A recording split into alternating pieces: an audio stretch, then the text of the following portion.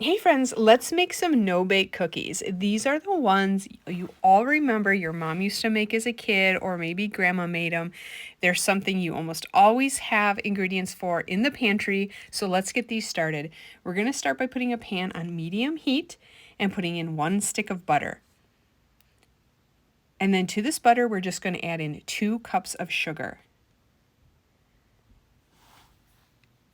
And then we're going to also add in a half a cup of milk and a 1/4 cup of cocoa powder. Now, I do think that one of the reasons that our moms all made these is because those are things that you usually have in your pantry on hand. And she didn't have to bake for a long time. I think you could literally make this recipe in 15 minutes or less.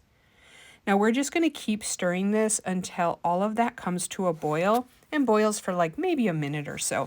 We just want to make sure that all of the sugar is completely dissolved. That's number one goal. We don't want these to be gritty or grainy. We want that sugar to be all completely dissolved. Then we're going to take it off the heat or turn our heat off depending what kind of stove you have. And we're going to add a half a cup of peanut butter. I like to use a creamy peanut butter, but if you like nuts in yours, definitely use a chunky, whichever you'd prefer. And then to this, we're going to add a half a teaspoon of vanilla. And then just a pinch of salt. And we're just going to mix this together until it's all completely combined and melted.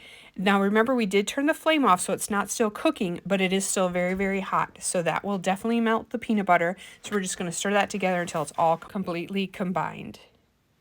And then the last ingredient that we're going to add to this is 3 cups of oatmeal.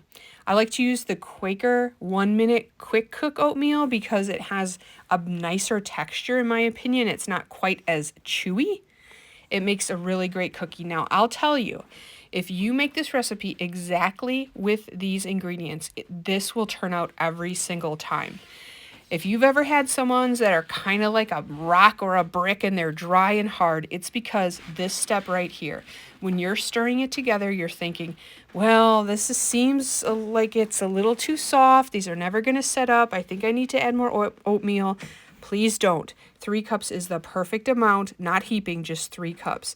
And then you're going to take your large scooper and just scoop these out onto a pan. I'm going to speed this up since it did take a little bit, but then it's perfect. These are the perfect, nice, delicious, chocolatey, chewy, no-bake cookies.